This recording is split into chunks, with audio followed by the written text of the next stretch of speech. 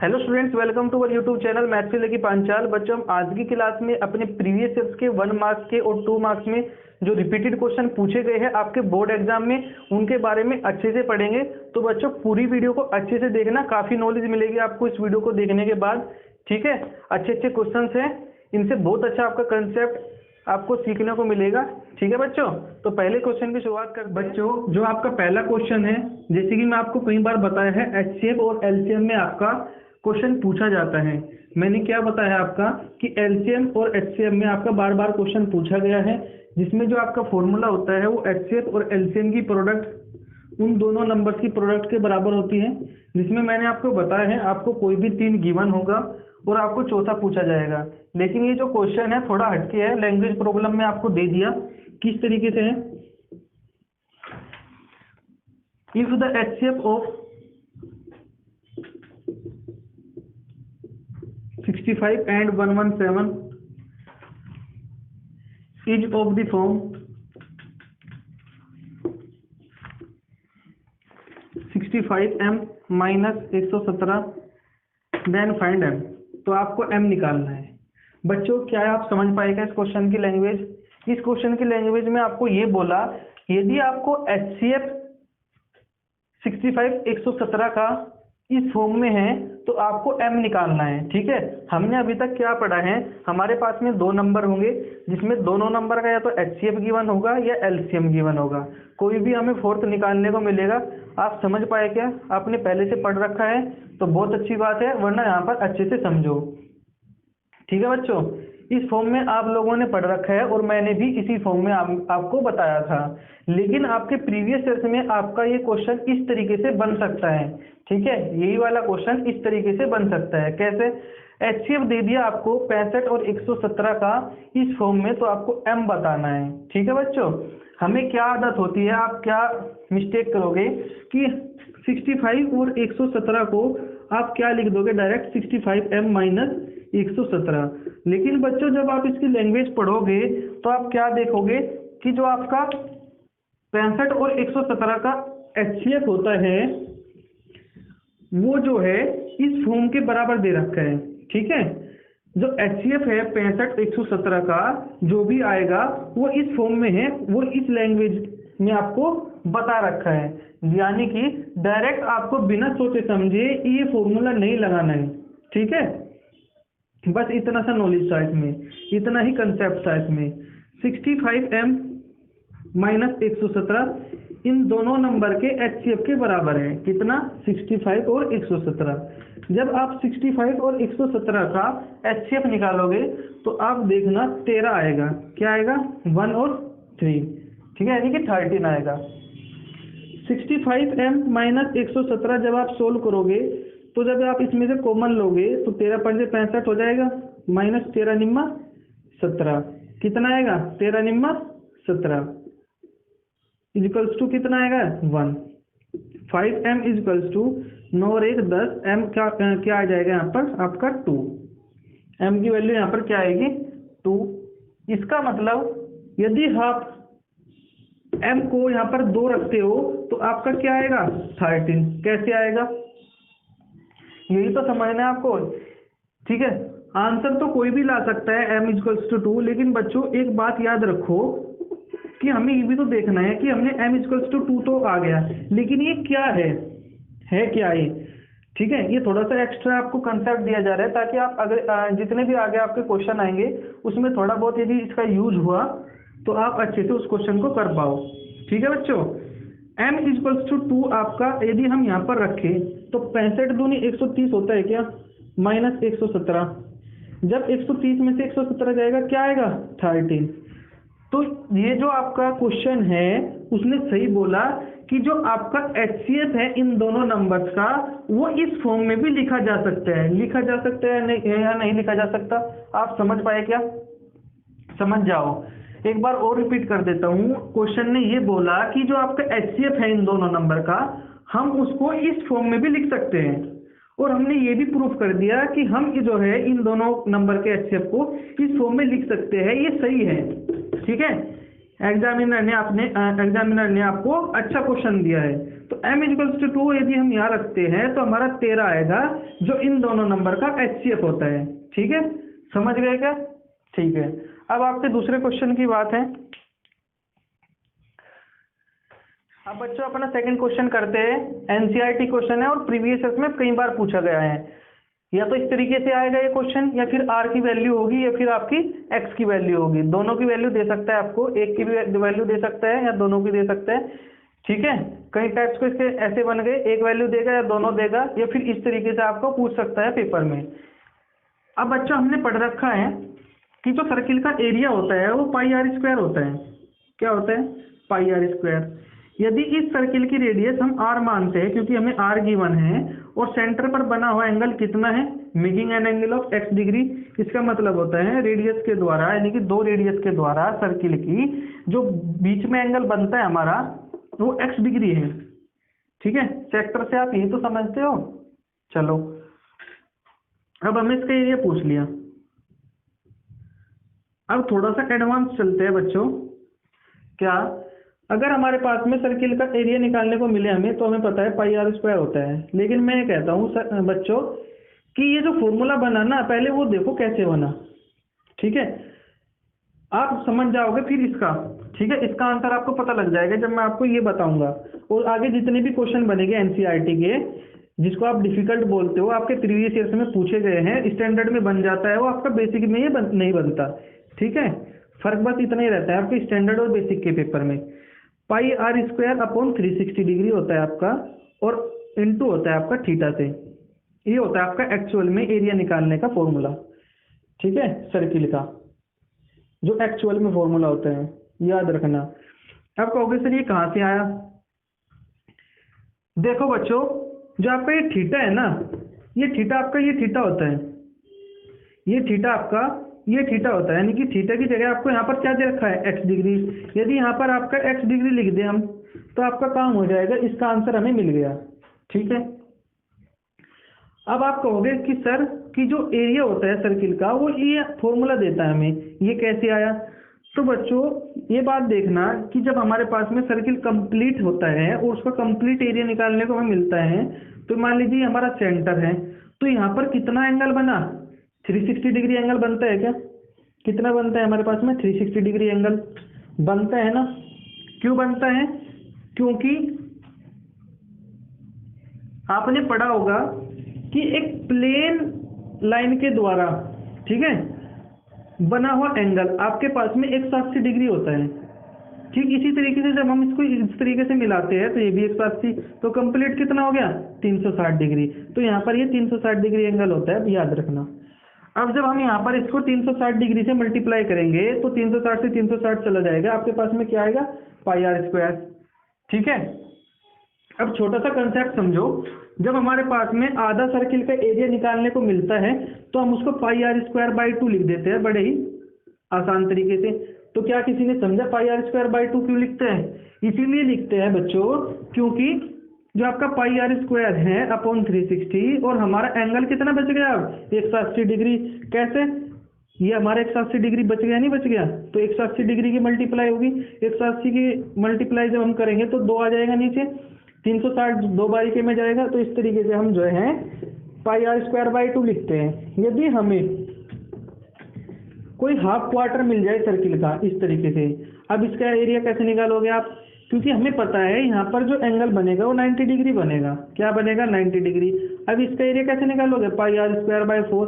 तो यहाँ पर एक जनरल स्टेटमेंट आपसे पूछ लिया कि किसी भी सेक्टर का एरिया निकालने को बताओ फॉर्मूला, यदि आपके पास में रेडियस r हो और एंगल आपके पास में x डिग्री हो। तो आप यह याद रखना हमेशा, pi r square upon 360 degree into आपका थीटा की जगह आपको x डिग्री दे दिया। तो यहाँ पर ये आंसर लिख कर आना है, याद रखना, इससे काम आपका हो जाएगा। ठीक है, कोई भी आपको अब ये दे, मान लीजिए 120 दे, तो आपको 120 लिखना है। यहाँ पर कुछ भी दे, उससे आपका काम हो जाएगा।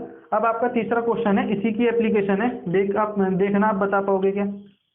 एक तो आता है इसमें एंगल में, एक आता है आपका इसमें सरकमफ्रेंस का। ठीक है, याद रखो। तीसरा क्वेश्चन लिखते हैं।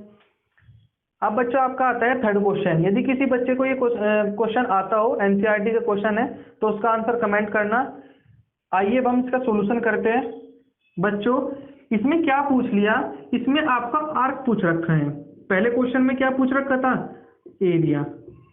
ठीक है, ये दोनों क्वेश्चन मैंने एक जगह इसलिए ले लिए ताकि आपके जो भी डाउट निकलते हैं ना, मान लीजिए ये तो एक पहले सैंपल पेपर में आपने देखा, ये फिर आपका ये जो पिछले वाला था ये दूसरे सैंपल पेपर में देखा, तो अलग अलग बन जाते हैं आपके दिमाग में। लेकिन जब हम इसको एक जगह पढ़ेंगे तो जो भी डाउट रहता है कि ऊपर एरिया लिखा जाए या सरकमफ्रेंस लिखा जाए, ठीक है, आप समझोगे अभी थोड़ी देर में कि मैं क्या बोल रहा हूँ, एरिया और सरकमफ्रेंस, वो आपका यहाँ पर क्लियर हो जाएगा अच्छे से।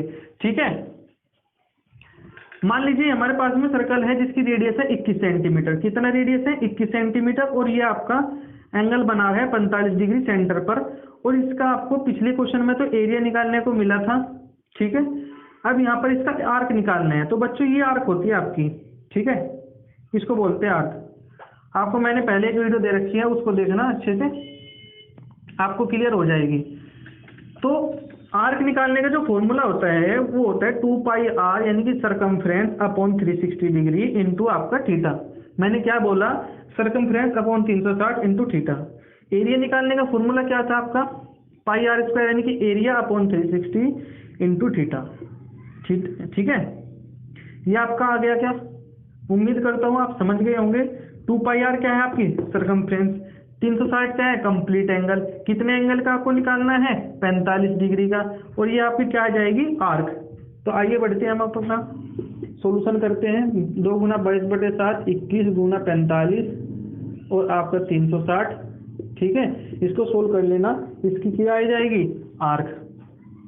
एरिया कैसे निकालते हैं, ऊपर एरिया अपना, नीचे कंप्लीट एंगल, और जितने भी एंगल का आपको निकालना है उस एंगल की मल्टीप्लाई करते हैं। तो यदि इस फॉर्मूले का आप यूज करते हो 2 पाई आर अपॉन 360 गुना थीटा, तो आपकी आर्क आ जाएगी, याद रखना।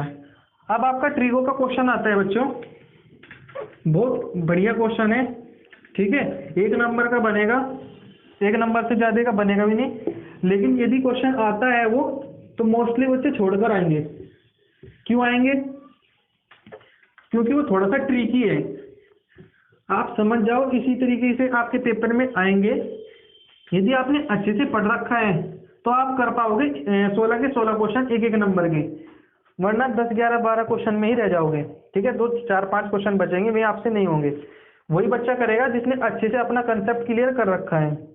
ठीक है, यहाँ पर प्ले लिस्ट देखना, आई बटन में आई होगी। और मैं आपको थैंक यू भी बोलना चाहता हूँ, क्योंकि आप बच्चों की वजह से ही यूट्यूब ने आई बटन जो होता है वो प्रोवाइड कर दिया है, क्योंकि हमारा चैनल अब थोड़ा थोड़ा प्रमोट हो रहा है। ठीक है, तो थैंक यू आप सभी बच्चों का, बहुत बहुत धन्यवाद। और आगे ही इसी तरीके से प्रमोट करते रहो, चैनल देखते रहो, अच्छे से देखते रहो, शेयर करते रहो। और वो भी देखा था, यूट्यूब ने भेजा था एक मैसेज कि जो आपकी वीडियो कोई भी बच्चा अगर खोलकर ओपन करके देखता है तो वो लगभग आपका 90% टाइम आपके चैनल पर बिताता है। ठीक है, तो जब हम अच्छा पढ़ाते हैं तो बच्चे उसको कम छोड़ दें, यानी कि बीच में छोड़कर नहीं जाते, कंप्लीट वीडियो हमारा देखा जाता है। तो बहुत बहुत थैंक यू बच्चों, आपका बहुत बहुत धन्यवाद। ठीक है, इसी तरीके से लाइक शेयर सब्सक्राइब करते रहो, प्रमोट करते रहो चैनल को, ताकि जो भी बच्चा हमारा रह रहा है इस चैनल के बिना, उसको इस चैनल के बिना उसको इस चैनल का नहीं पता, वो भी जान जाए। ठीक है, आपका जो क्वेश्चन था वो ये था, कोस स्क्वायर थीटा अपॉन, यानी कि +1/1 + कोट स्क्वायर थीटा। इसको बताओ क्या नाम, इसको बताओ क्या है ये। ठीक है, ये आपका क्या होगा, इस तरीके से क्वेश्चन आ सकता है।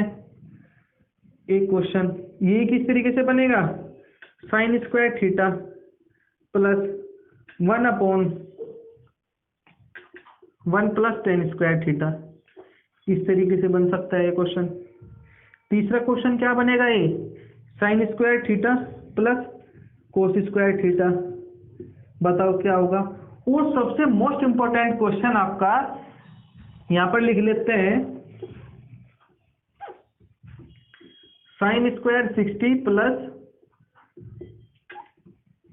कोस स्क्वायर 30, ये क्या बनेगा।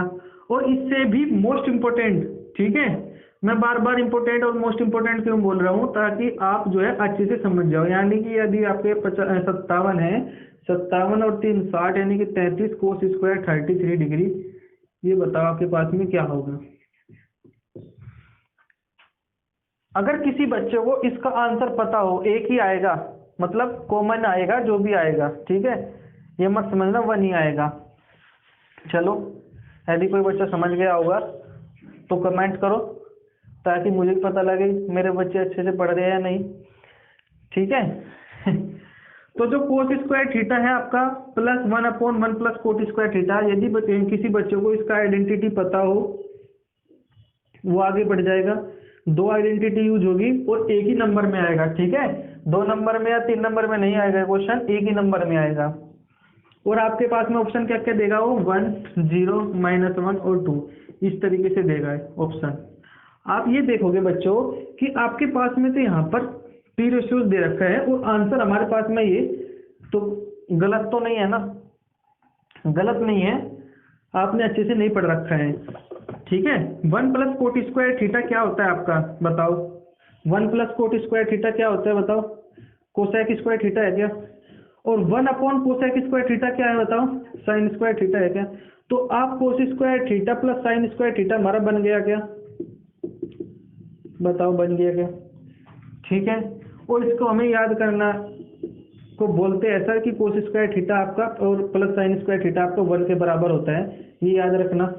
क्या आपने इस तरीके से इसकी आइडेंटिटी याद कर रखी है क्या। तो क्या था इस क्वेश्चन में, आपकी 2 आइडेंटिटी यूज हो रही है, यदि आपको उनका पता था तो आपका हो जाएगा, नहीं तो आपका नहीं होगा। इसी तरीके से 1 प्लस टेन स्क्वायर थीटा किसके बराबर होता है बताओ, 1 प्लस टेन स्क्वायर थीटा किसके बराबर होता है। चलो ये घर पर करना अपना, ठीक है, क्योंकि ये इसके जैसे ही है, थोड़ा अपना दिमाग लगाओ। Sign square theta plus cos square theta क्या होता है, 1, क्या होता है 1। यदि इसका आंसर आपसे निकल गया तो यस कमेंट करना, नहीं तो लिखना कि सर आप इसको भी करा दीजिए, ठीक है, कमेंट में। Sine square 60 plus cos square 30, क्या करना है, मैंने आपको अच्छे से बताया था।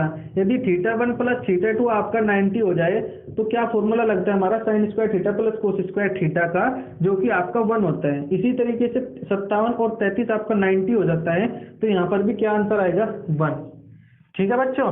इसमें यही फॉर्मूला यूज होगा, sine square theta plus cos square theta equals to 1। वरना मेरी पीछे वाली वीडियो देखो, उसमें मैंने अच्छे से बता रखा है कि sine square 57 plus cos square 57 बन जाएगा ये, ठीक है। कोस स्क्वायर 33 को हम कोस स्क्वायर 57 भी लिख सकते हैं। कैसे लिख सकते हैं, पीछे वाली वीडियो देखो, अच्छे से समझ में आएगा। बहुत टाइम है आपके पास में, अच्छे से आपके कंसेप्ट क्लियर करो, ठीक है। अब बच्चों आपका 4th क्वेश्चन आता है। ये क्वेश्चन आपके पास में कुछ इस तरीके से फिगर होगी और आपको दे रखा है एसीबी जो है एपीक्यू के सिमिलर है, याद रखना सिमिलर है ना कि कॉन्ग्रुएंट। तो मैंने आपको अच्छे से बताया, यदि हमारे पास में कोई भी 2 ट्रायंगल सिमिलर होते हैं या आपका कॉन्ग्रुएंट होते हैं, तो आप वहां से क्या समझते हो, कॉमन पॉइंट है, तीनों एंगल एक दूसरे के बराबर हो गए। कैसे, एंगल ए आपका एंगल ए के, एंगल सी आपका एंगल पी के, और एंगल बी आपका एंगल क्यू के, ठीक है। ये वाला इस एंगल के, ये इस एंगल के, ये इस एंगल के। ये मत समझना कि ए जो है वो क्यू के भी बराबर हो सकता है, ये नहीं होता, ठीक है। सीरीज में चलता है, पहला पहले वाले के, दूसरा दूसरे वाले के, तीसरा तीसरे वाले के। अब दूसरी बात इसमें क्या आती है, A C upon A P का ratio, C B upon P Q का रेशियो, और A B upon A Q का रेशियो, ये आपस में बराबर होता है, ठीक है। अब इसमें आपको 2 क्वेश्चन बना करके दे देगा। यदि आपका 3 नंबर में पूछा है तो 2 क्वेश्चन बना करके देगा, 1 नंबर में पूछा है तो कोई भी 1 क्वेश्चन बना करके दे देगा। इसमें यहाँ पर क्या पूछा है, ए क्यू, तो ये आपका 1 नंबर में आया है।